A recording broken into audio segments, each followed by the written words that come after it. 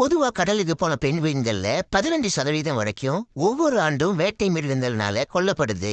உங்க அப்பா திரும்பி வருவாருங்கிற நம்பிக்கை உங்களுக்கு கொஞ்சம் கொஞ்சமா குறைய தொடங்குது. கடைசியா நீங்க சாப்பிட்டு 7 நாட்கள் ஆகுது. இன்னும் சில நாட்கள் மட்டுமே உணவு இல்லாம உங்களால உயிர் வாழ முடியும். பசியில இருக்கிற நீங்க உங்க தாயோட வருகைக்காக காத்திருக்கீங்க.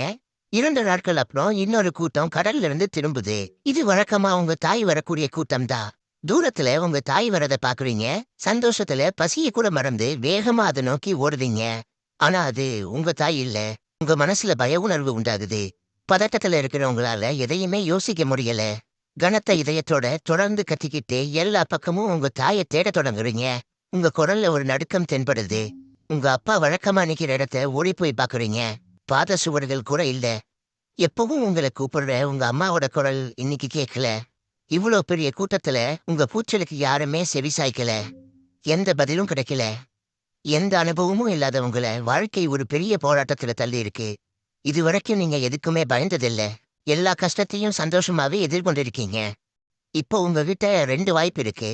விதியை ஏத்துக்கிட்டு இங்கேயே இருந்து உங்க முடிவை தேடிக்கலாம். இல்லைன்னா கடலுக்கு போய் வாழ்க்கை அமைச்சு கொடுத்த போராட்டத்தை சந்தோஷமா எதிர்கொள்ளலாம். எதுவா இருந்தாலும் உங்க முடிவுதான்.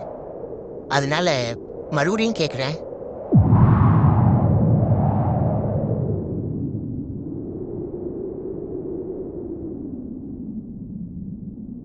வீடியோவை முழுசா பார்க்க கார்ட்டூன் 11 யூடியூப் சேனலை சப்ஸ்கிரைப் பண்ணுங்க.